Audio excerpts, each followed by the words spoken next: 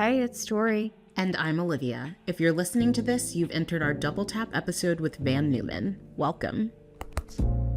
As a quick refresher, Van is a writer, designer, and cultural strategist who spent the last decade creating spaces for people to feel more like themselves. From digital platforms like Somewhere Good to narrative scripts in the writer's room, their work blends systems thinking with lived experience to ask a simple but profound question. What does it take to feel safe enough to be honest? In this full conversation, we go deeper into the ideas Van shared with us, from how community evolves beyond the spaces we create to what it means to stay grounded in your identity while living between worlds, both on and offline. Let's get into it. Hi, Van. We are so excited to have you on the podcast. We met what seems like a lifetime ago, pre-pandemic in Brooklyn, and I've been following your work online and deeply admire how you show up with honesty and clarity. And I think that is the perfect conversation to have during this episode around mental health and identity and the digital world, especially how social media can both illuminate and erode our sense of self. And so to kick us off, I would love if you could share a little bit about who you are and how you see your role right now, online and offline. Sure, yeah. I'm Van. I am an East Coaster, also grew up in Maryland, was in New York for almost 10 years, did a year in LA, and now I'm hanging out in Panama City, Panama. I am, above all things, a writer, primarily right now working as a screenwriter, which is definitely, I think, was my pandemic clarity epiphany. That's actually what I want to be doing, pivoted my whole life. But prior to that, lived many lives as like a creative strategist in the ad world, did product stuff in the tech world, worked as a DJ. I think for a long time did a little bit of everything under the creative sun. I think thinking about like my role online, offline, I'll also add, I think with everything I've ever done, I have like a compulsion to build community around it. And I feel like I can't have an interest and not want to figure out how to build a space for other people who share that interest. And for many years, I'd say that I've built many of those communities online, and they have existed, or whether even if they existed in a physical space, they started usually, I think almost every community I built started with an Instagram post just saying like, hey, who wants to do this? And it's interesting now being in this place where I'm feeling a lot of internal resistance with, the current platforms that we all rely on to keep in touch with one another. And so I think I'm actually in a bit of a limbo state where I'm trying to figure out what does community mean to me, especially not living in the US right now and not really having a social system where I am. And, how can I build the community that I want, potentially without relying on these platforms, which is hard and more vulnerable and more intentional. Figuring it out. Yeah. Very much in progress, which I think Tori and I can definitely resonate with. And I'm curious, I've definitely struggled with this in the past. Like, as you have explored these different facets of yourself and built these different communities, how do you evolve above and beyond the things that you create, and what is the responsibility you feel to maintain a certain version of yourself, to maintain the community versus just accepting what's willing to grow with you? That's a great question, because I feel like I've always been someone my whole life who like I'm very I'll say, for a long time I was a creative strategist, and I think that I liked that role because it was like all you did was like, here's a brief, and then you make a deck, and then you make the deck, and then you pass the deck off, and then you work on the next deck. And I think that I thrive in environments where like I'm very much, I think, an igniter and a starter. Like I like, putting the flint to the stone and making the spark, and then kind of being like, y'all can do whatever you want with the fire. And I think that for a long time that was I think it is hard, when that's kind of my approach to creativity, and creativity, my creativity is centered around people, because like that isn't always how relationships work. It's not just like a deck that you put down. Like these are real people, who really rely on spaces and systems. And so I think that I will say, in the past, I think I've always collaborated with other people. And so I think that I have had projects that actually have successfully lived on beyond me. During the pandemic, you know, I'm kind of like, I'm kind of an amateur graphic designer. I like to design, but I won't fully claim the title. But I remember when the pandemic started, I started doing this kind of like Friday mornings. If you want to design, like, no, like, you don't have to worry about being talented or anything. It's just like a space to, like, you get a prompt and you practice. And then when the protests were happening, around George Floyd, then that it turned more into like a, how do we design with a purpose? And then I kind of, as I do, kind of got swirled off into other communities that I was building at the time. But, I allowed for, like, I allowed myself to take in a lot of help with that project. And we ended up, building out, I think that there was about like a leadership council or whatever we were at the time, that was somewhere between like 5 and 10 folks. And many of those folks now, actually, they what that project was is now an actual working design cooperative, and they're getting, Wow. clients and giving, providing healthcare to one another. And like, I think some of them have like salaries. So, that really was able to take off on its own. And I've had another project as well that one of the people that I co-created it with went on and was like, this matters to me and I want to keep running with it. And I was like, great, and so I will say that I think the communities that I think I remember, years ago, I had like a moment where I felt really bad because I was working on a few different communities at the same time. And I was like, I got to take a step back. And I was like sitting with what does that mean to say, yeah, just like, I can't do this. I don't have the capacity for it. I maybe don't have the interest in it, which I think it's really easy to say capacity when really you mean I just actually don't really want to do this anymore. And I think I learned in that, though, it was a blessing that I didn't do it by myself. And I worked with people who also really cared about it and, who wanted to take that on, take those spaces, those communities and projects on. And so I think that has allowed me to kind of alleviate some of that guilt. But I also think I will admit, I think that, I definitely, coming off of in the last couple of years, and I think transitioning to screenwriting, which is a much more insular, role where a lot of my work is by myself. I think I've also kind of shied away a bit from community too, because I do think, as much as I'm very grateful that I built those spaces and they meant a lot, and it's always means a lot to hear that those spaces mean a lot, my work means a lot. I think that even though like they all have like these great success stories, I do still think I hold a bit of like, but I don't want to be the person who like kind of just makes things and then leaves them. And I do still struggle with I think I still struggle with that, doing that work publicly and like putting out communities publicly, and then people check in and then you're like, well, I'm not doing this anymore. And so yeah. Got it. I think what I appreciate so much is that like we're allowed to say we're struggling with things, and that like we don't have it all figured out by any means. I think especially with social media being kind of this never ending highlight reel of all of the different things people have going on in their lives, and then measuring your own worth and value against that, it can get really, really tricky.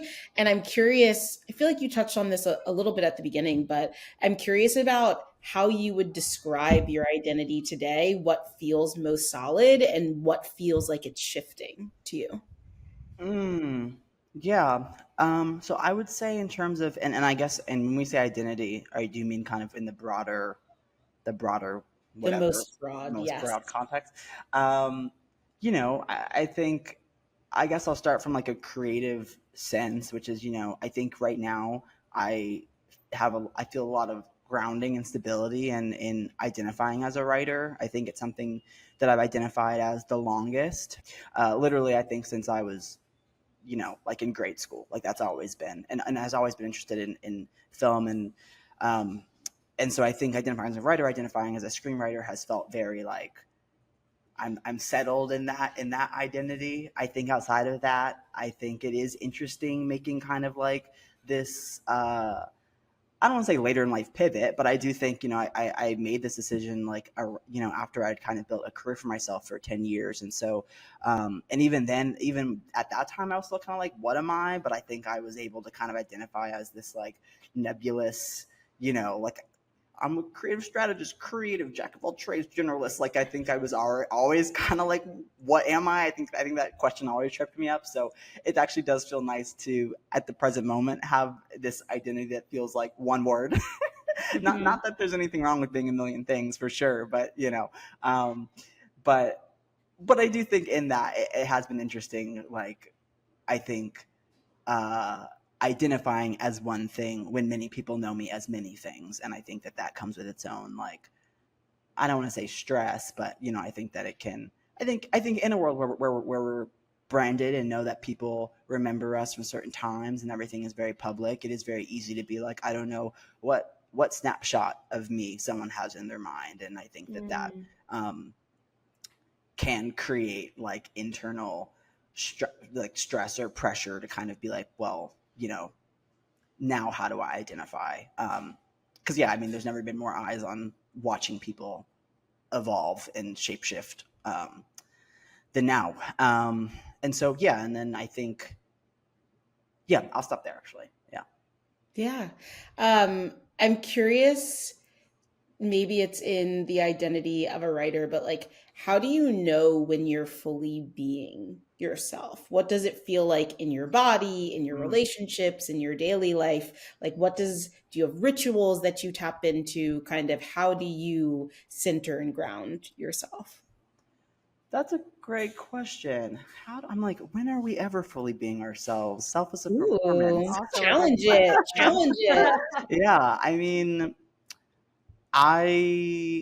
Yeah, I'm gonna think about that. I'm gonna think about that. But I will say, I think when I'm being myself, I'd say that, I think there's a lot of laughter going on, a lot of jokes, a lot of, when I think about being myself, like fully, which I think probably only my partner, my sister, and my cat have seen.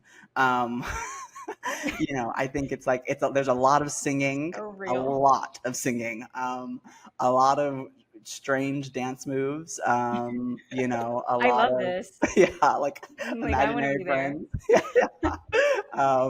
And so, I think it's often in a place where like, I'd say like I'm myself when I just don't have to really think twice about any thought that comes in my head.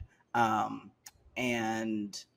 I think particularly now in a time where I think we're always thinking twice, 3 times, 4 times about what we're saying, how we're saying it, who we're saying it to, is it being recorded? It's, I think like it's like the dissonance is like, it's like that gap between the spaces in which we're ourselves and the spaces in which we're thinking about who we are. I think is even wider than ever. And so, I'd say that those are moments where I'm myself. And then I also think a different way to answer that question for me would be, I think that I'm most myself when I'm the least distracted. And so I actually I have this quote on my desk by Henry David Thoreau that says, let us spend one day as deliberately as nature and not be thrown off by the track by every nutshell and mosquito's wing that falls on the rails. But I think about and I think about this a lot. I think I've had to think about being more present when I'm in this more creative, generative career where I actually have to not consume a lot so I can, sit down and write a script and create these really detailed worlds in my mind. And I think to do that type of internal world building work, I can't be on Instagram alone. I can't be like in other people's heads and in other people's worlds. But I think that even in that space of thinking about how to be less distracted, I find that when I'm not constantly being served ads about my identity being tied to me wanting to buy this thing, or my identity wanting to be tied to watching someone whose art looks cool, and now I'm like, should I make an art like that? Or I think that when I'm not distracted by things that like the algorithm is giving me, I feel like I'm having the most original thoughts, and in that feel the most myself. Oh, go ahead, Tori. I want to understand how much of yourself do you put into your writing, and how has writing, because went and saw one of I think it was your first table read, which was so good. Sidebar, so good. But I felt like there was a lot of you in that table read, and in that kind of scene that I saw. And so I'm curious, like, how much of yourself do you put into it, and how does it help you process whatever is going on in your life and just generally in society or the world? Yeah, I mean, so I definitely do believe that, like, that there's the whole like simple thing, like write what you know, and I think that that is the best advice for any writer. And even like when you're pitching a project, they're going to ask you like, why are you the best person to tell this story? And like, you got to have that answer. And so I do think that in a sense, I do always put myself in a story, even if it's just, I think the first project that I wrote, Tori, that you were mentioning, Seatown, was definitely, I think, a bit of a thesis, I think, coming out of working in the like social media tech space, where I was kind of wanting to meditate on, what is being online doing to all of us, and, what does it mean to have our values associated with engagement. And so I think that I am always, I think, I'm always putting my interests in my writing, and my passions, and the things that I'm nerding out about. But I think that, it's actually interesting. I'm writing my first feature right now, and it's this like trans coming of age AI tech, thriller. And it's about this trans, teen girl who is trying to figure herself out while becoming friends with this like AI influencer. And in this process, she's like, saving up for this gender affirming surgery. And it's actually been really hard to write, because I think that I've been very good at, I like to put my interest in my stories, but I think like, when I turned this draft into my producers, like one of the biggest feedbacks were like, we don't know this character. Like, we don't, like, the main character, she's not like coming through. Like, who is she? And, after I sat with her for a while, I was like, dang, there's a lot of me in her. And, maybe I don't want to know her, and so I think it's like I'm learning to put more of myself in my like literal characters, because I think it's very easy to put myself in like the world I want to live in, but I think it's definitely more vulnerable putting myself in the characters that I'm trying to write. But I feel like a lot of the stuff I'm working on now is more character focused, but it does require a bit of like just like being real with myself, and which can be hard. And like I have to see the characters' flaws, and I have to see their actual wants and the want behind the want that they're maybe showing the audience or showing their other characters. And then it's like, and then I have to send that script to someone and be like, I hope that they don't see me this closely as much as I see myself. And so, that is definitely an evolving process, and I think a process that will continue to evolve as a writer. And but it is important, and in that I think and eventually it is cathartic, and I think it does make for better work for sure. But it can be hard to sit with sit with oneself and realize that the character is a mirror, you know? Mm-hmm. Absolutely. And I think to that point, you've also recently started a project around a newsletter that you're writing, powerfully educating people on how to take back control over the platforms and the tools that we use to engage online. And I think you've even shared how kind of what's happening in the world around like anti-trans policy news and so on is impacting how you can even show up in that space. And I'm curious, as you've continued with this project around this newsletter, like what is top of mind for you? What are you thinking about? What are you considering? And then like, even in that space, how much of yourself are you bringing into that work? It seems like a lot. And how are you balancing all of these different facets of revealing or that vulnerability?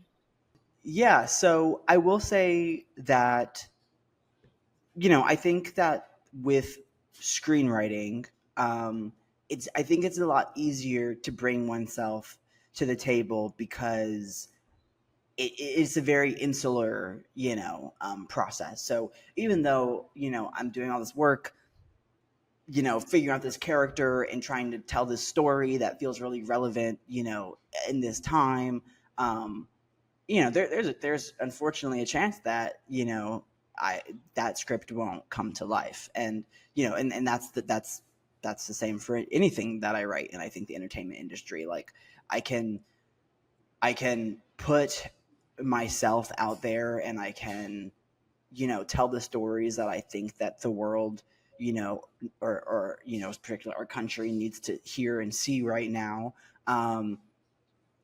And there's just a chance that that's just not going to make it off the page. And so in that, it's like both, it's an interesting space to be, because I actually feel like, if I could do one thing with my life, it would be to tell stories for the screen. And so it is interesting being in a place where I'm so used to my work being very reactionary, in the sense of like, something's happening, I'm gathering people together, we're doing a thing, there's an output, it's public, everyone can see it.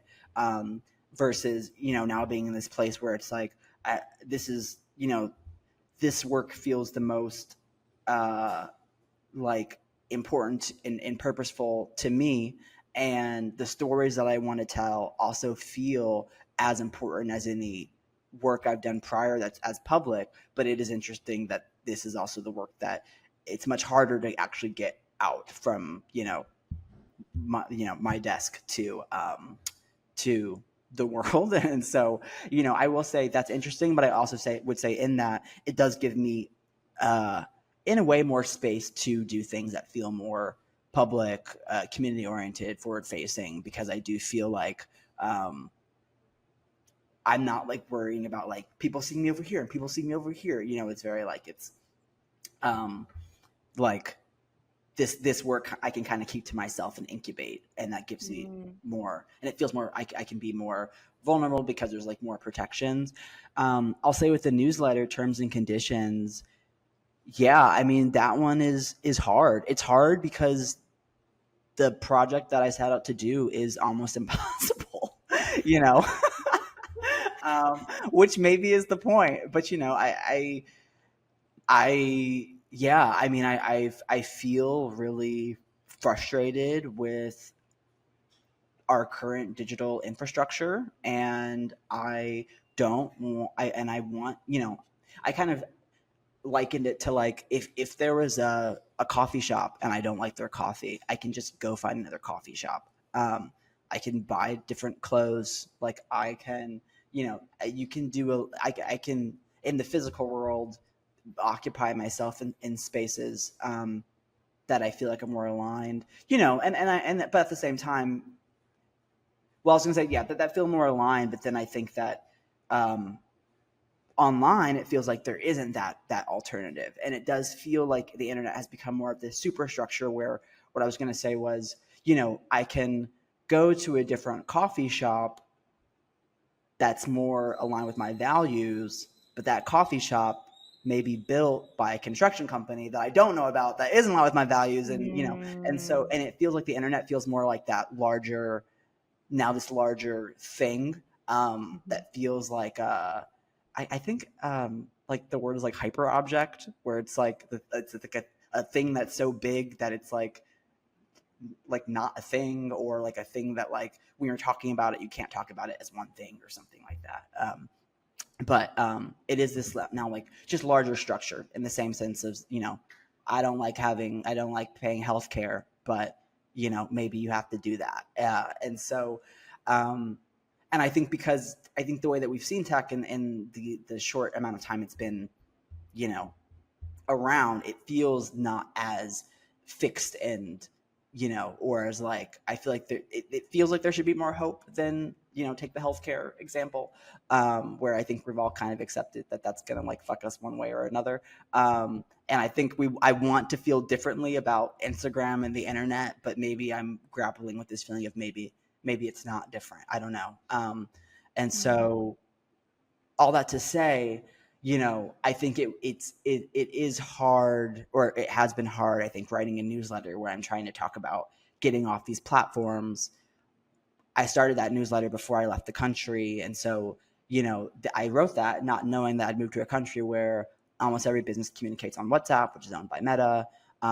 I can't find any access to trans healthcare. And so I have to find trans accounts on Instagram and like message them for emails and like contacts, to figure out how to get healthcare. And, and so, and even thinking about tools like translation tools, like living in a Spanish speaking country right now. And so it is, it's been hard, I think, trying to be vulnerable, and in that maybe wanting to tell a story that feels heroic, or inspiring, and then maybe realizing there's maybe no, I don't actually know what I have for y'all. And so I think that has been interesting to kind of put oneself out there in that way. I mean, I think there's so much, I don't know, there's something so refreshing about taking a swing at the thing that feels impossible. And even discovering the limits that you didn't even realize existed in certain contexts. Like, I think that so few of those stories are being told. So in the strife that is created in trying to tell a quote unquote heroic story, I think the reality is like we're not living in a heroic timeline right now. Like, not to be so dramatic about it, but like I think that so many people are sitting here today feeling extremely out of control of so many things going on in their lives. And like instead of just finding the silver lining or finding the bright spot or finding the story that like brings that level of hope, like at what point do we accept what the baseline foundation is and like just start to chip away and see the different paths that are possible? That seems like there's opportunity and new hope to be created in that strategy or approach. I think you're absolutely right. I mean, it's interesting. I've been in this place where, I think specifically regarding the state, like where the country is with trans rights, it's been a tough few months, I think for all of us, for some of us more than others. And that was a large part of why we left the country. I think, if I'm being fully transparent and vulnerable, I think so at the beginning of the year, my passport was actually expiring, and I was in the process of legal, like waiting for my court date to have my name and gender changed. And so initially, I was kind of holding out, waiting to renew my passport so that I could change it with the correct information. And it was really disheartening, realizing that there is no future at this present moment in which I'll have, an ID that reflects who I am. Both from, just like that's just messed up. And also I think from a safety perspective of the more I medically transition, the more I feel it's unsafe to carry documents that don't reflect, the gender that I look like. And so, and feel like, and so, once we realized that, and it was like, okay, well, let's just get a passport, but also thank God that I was in a place where I wasn't waiting to get a passport, because a lot of trans people now don't have passports at all. And so we were like, let's get this and let's get out of here. And I actually just last week, my court date happened, and I actually, in the state of California, just got my name and gender recognized. But I didn't realize that you need to have, it was a sweet moment of excitement.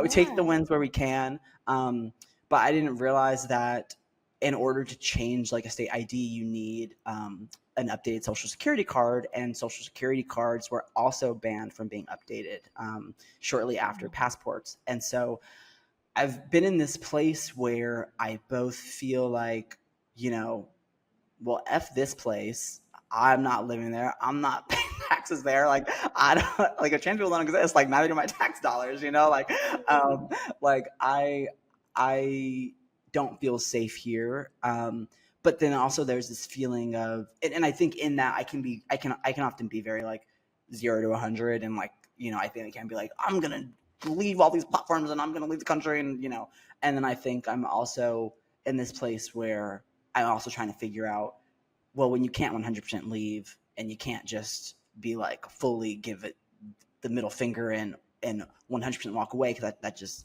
can't happen, not overnight anyways. What is my version of chipping away at what can I change? How can I feel safe? We can't get passports, but what does my community need on a day-to-day level? What do I need on a day-to-day level? And it is, and I have been in this place of kind of figuring out, maybe right now it's not the mountains that I can climb, but what are kind of those smaller hills, and also looking less structurally and trying to look more, communally, and figuring that out as well, which is also tough because community is eroding. So that's also been a moment of realizing, I kept being like, I want to get involved. I want to get involved. I want to do something. And then I'd be like, but I don't know where to go. And every organization is like, the get involved button is a link to a petition or a donate button. And I'm like, I want to do so much more than that. And then I think, well, most things start when you have a community, a group of people, and you're like, what do we need? And then they usually say, okay, we need to get on this bus and feel safe, or we need to be able to go here and do this. And then I think I had a hard realizing when I was like, oh, I don't have a trans community. I have trans friends, but I don't actually, I don't have I don't have a place where I can go walk into, or a meeting I can just show up on Zoom and be like, what do we all need? Let's make it happen. And so it's even interesting, I think, thinking about in this moment for all of us, I think in our own ways, I think if we all, I'm curious if we all kind of pick the issue that means the most to us, how many of us already have pre-existing community infrastructure, not just friend groups, but like community infrastructure that can allow us to be like, how are we going to, as a group, show up for this thing that's affecting us as a group. And I think, when we don't have that, it gets very easy to feel like we want to be the David and Goliath and fight the big thing, because we just see the big thing and we're in the big thing. And so, that's something that I'm definitely grappling with or wading through right now. For the people who maybe have never engaged at that community organizer level, like, how do you distinguish between friend group and organization community? Yeah, I mean, for me, they've always been very separate. My friends are my friends. We care about a lot of the same things, and we have conversations, and maybe we'll show up to events together, or I have friends who have shown up to things I've done, efforts I've made, joined communities. But, I think my friends and I we're not solving things over brunch. I mean, we're talking about things, but and maybe community can grow from that for sure. But I'd say, and I think definitely making the move from New York to LA, where so much of it was house culture, and by house I mean just in the home. I know that my friends are my friends because we're just watching Severance and White Lotus together, and it's like who's bringing the wine, who's bringing the snacks, And so I think that I have felt like while there's overlap, my friends do feel like my friends, and I feel like when I've done community work, I think being someone who's often created the vessels for that to happen, it's usually a very clear line of like, I'm creating the container for us to all meet under this purpose, and there's an agenda, and a deck or whatever. And so it always comes back to the deck. Always listen. Loves a deck. I'll make a deck. I'll make a deck for anything. No, I love that about you. I hate making decks. But yeah, and so I think I'd say that there definitely is a difference for me, but I also don't think that there's anything wrong with starting with your friends. If you find that that's aligned. On the night of the election, and my partner and I, we actually hosted some of our closest friends, and we found this toolkit that was kind of like learning how to take stock of what issues do you care about, what most affects you, like, and start it was kind of just generating these conversations and these questions. But what I found interesting in that moment was realizing that my friends and I, we all love each other, and also that the thing that we care about, like that one thing, it was different for all of us. Like none of us actually were like, this is the thing. And I think for me I think that's great. And I love that. And about my friends. And I think it allows me to show up and learn more about other causes and issues. But I also think in that moment I was like, okay, to me, this also is that difference of like, I think communities can care about many things, but I was like, I definitely know I have an agenda, and I have a place where I'm trying to put my effort into, which for me, was really focusing on trans rights, or is focusing on trans rights. And it was interesting kind of being in a space where it's like, that community does need to be different, because that is, I'm not going to find that we're not going to build mutual aid around that in this group. And I think that was like, okay to be like, these are my friends love me, I love them. If I will show up if they tell me come to this thing, and vice versa. But for me, the type of community work that I want to do with more of a singular shaped focus, I think I was like, my community needs to look different. Could be my trans friends, maybe I need to give them a call. Maybe we all need to get on a Zoom call or do a brunch. But yeah. I love it. Well, I have a few kind of like future looking questions, dreaming up ideation style things. I'm curious, what kind of digital or real life spaces are you dreaming up at the moment? What do they look like? What do they feel like? Yeah. So I'll start with real life because I think that's maybe a bit easier. I think that I'm in this place where I'm personally trying to stay out of the country for as long as I can, ideally the next 4 years. And so my thoughts around physical space, when it comes to maintaining my friend groups, I think it's actually been interesting being in a city and a country I've never lived in before, because I think I'm trying to just be present in understanding what are the spaces of this city before kind of dreaming up what type of space I want in a city, that has its own culture and life and way of gathering that is far more communal already, I can tell, than is infrastructurally in the US. But I will say that I have been thinking a lot more about wanting to figure out how to maintain my friendships. And so my dream physical spaces, or my dream like physical gatherings, are more like I'm really trying to like become that adult who does the group trip, You know, I feel like that's like a very adult thing when you start being like, okay, me and my friends, we go somewhere for a week like every year, and it changes, and you know, and you have your friends who do that. And so I've been thinking a lot about that, just from a place of like, I think we're all wanting to get out. I think we're all trying to maybe expand our horizons and thinking about what life can be outside the U.S. And so I've been thinking a lot more about what does it mean to gather? What does it mean to travel? I've been thinking a lot about that in the context of trans people, and you know, what does it mean to have a little like, you know, trans men, trans mass, you know, annual retreat or something like that, where, you know, the physical space may not be constant and, you know, like a permanent or forever place, but like this constant that we return back to. And so I've been thinking more about physical spaces more from this perspective of like, where can we gather, where can we retreat to, where can we return to, versus like the always on, you know, we're meeting every single week, like it's a physical brick and mortar space.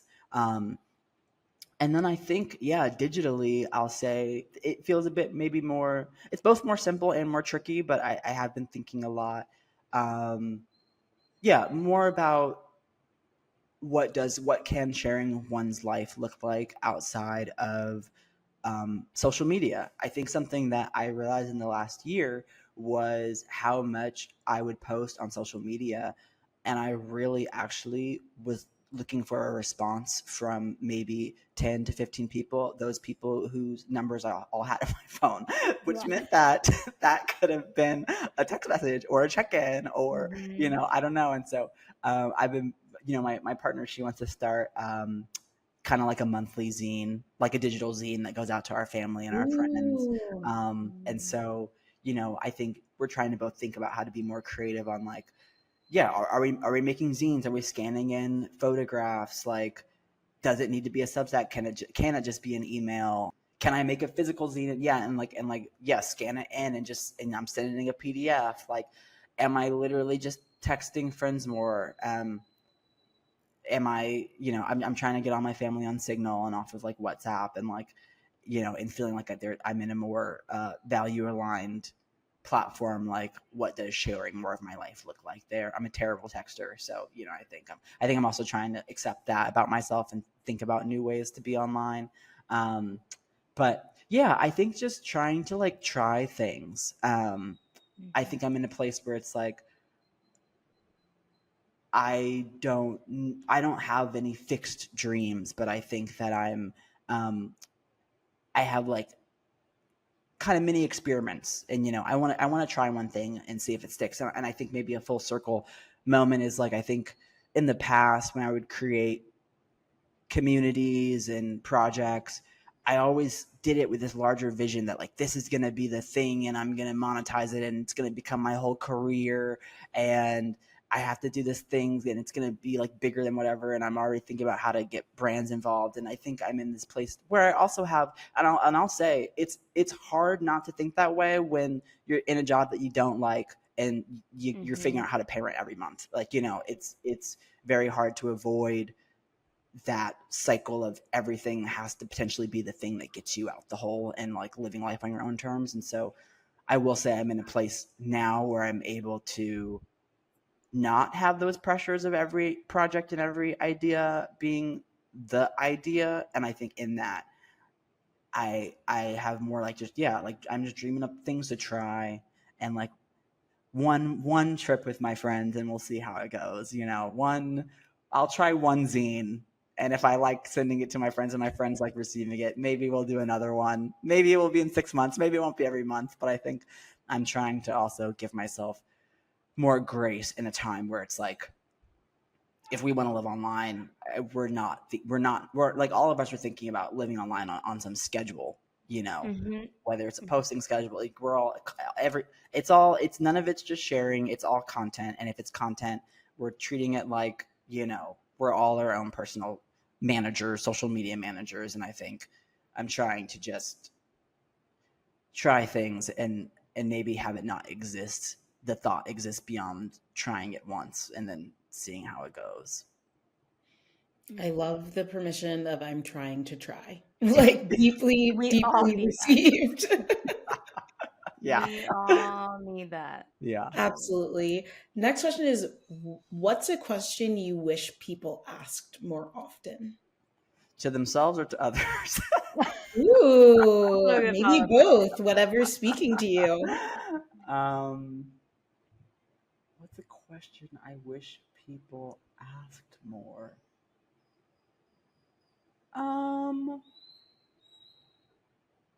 I think I generally wish people ask themselves more, like, why am I doing this? And then I think, secondly, like,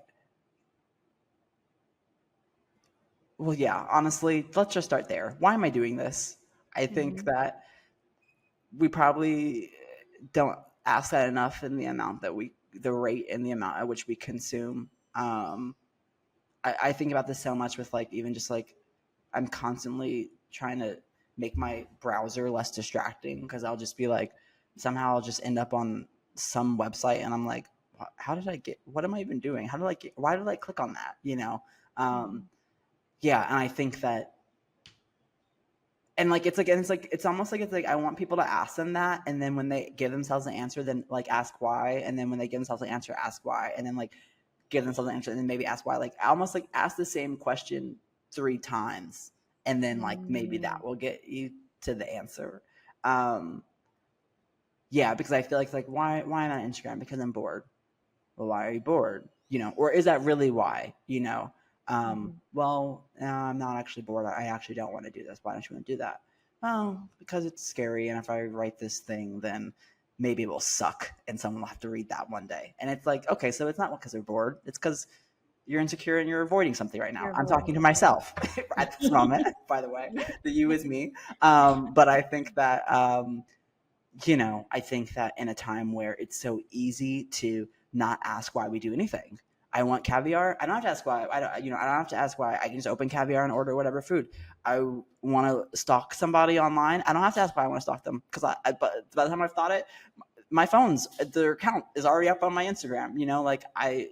So I think that when everything is so fast, I think it's important to ask why we're doing it, just to slow ourselves down. And in that, I think that when we realize why we're doing things, I think I'd be curious to see what people's solution would be or how people would answer that question of why once they actually really knew why. Um, and I think that's how I think we'd all maybe do things a little bit more differently or just at least a little more intentionally. So. Absolutely. I love that. And we ask all of our guests one question. So this is where we'll close it. What is the most self-centered thing you've ever done? Whoa. Um, yeah, I mean, I'm gonna maybe say moving moving out the country. Yeah, Yeah, I think that's a big one. like it's funny. I think my partner and I, we struggle with like the fine line of like being alarmist, but I think in this current environment, everyone's trying to figure out what's their line. When have things gone too far, and when do they maybe want to consider what safety looks like for them? And you know, we realized that our line is pretty was pretty earlier than maybe we both expected. And I think that it hasn't been easy being like, like we really established a community in LA that I think, and or maybe I'll say a friend group, a family. And I think we both had some of the closest, most consistent relationships in friend groups and gatherings. And, every time we brought our friends together, it felt like, what family should feel like on Christmas and so, I think it wasn't easy being like, yeah, we got to go, y'all. And, we got to say goodbye to some friends, some family, or, goodbye, see you later. Give up job opportunities. Like, I think it's not easy leaving home potentially just at this point meaning the US, and or home meaning the people who became our home. But I think, like, yeah, I'll say I also definitely had to do what felt like would give me the most peace of mind and make me feel the least afraid, and the most present with myself and my work and my relationships. And yeah, and that was a big decision. But surprisingly, it was one of the most easiest decisions I've ever made, which I think was also interesting. Says a lot. And I have literally zero regrets. So whatever that self-centered thing is, I say go for it, because I have not looked back once. So yeah. I love it. Well, Van, thank you so much for your insight, vulnerability, time. We appreciate you coming on the pod. Thank you. Happy to be here. As we sat with everything Van shared, one of my biggest takeaways was their reflection on resilience and how unfair it is that our systems expect people to be endlessly strong, especially those who already carry more weight. Van reminded me that true care isn't about constant endurance. It's about having spaces and people that let you rest, rebuild, and be held. And for me, it was their reflection on creative evolution, how identity isn't fixed, but shaped by the stories we tell and retell about ourselves. It made me consider that the courage to evolve publicly without explanation might just be the most authentic thing we can do. We hope this conversation resonated as much for you as it did for us. You've been listening to a Double Tap episode of Self-Centered. Don't forget to follow, subscribe, and leave a review wherever you listen, and share this episode with someone who could use it. For more updates and behind-the-scenes moments, follow us on Instagram at A Self-Centered Pod. And as always, don't forget to be a little self-centered. See you next time.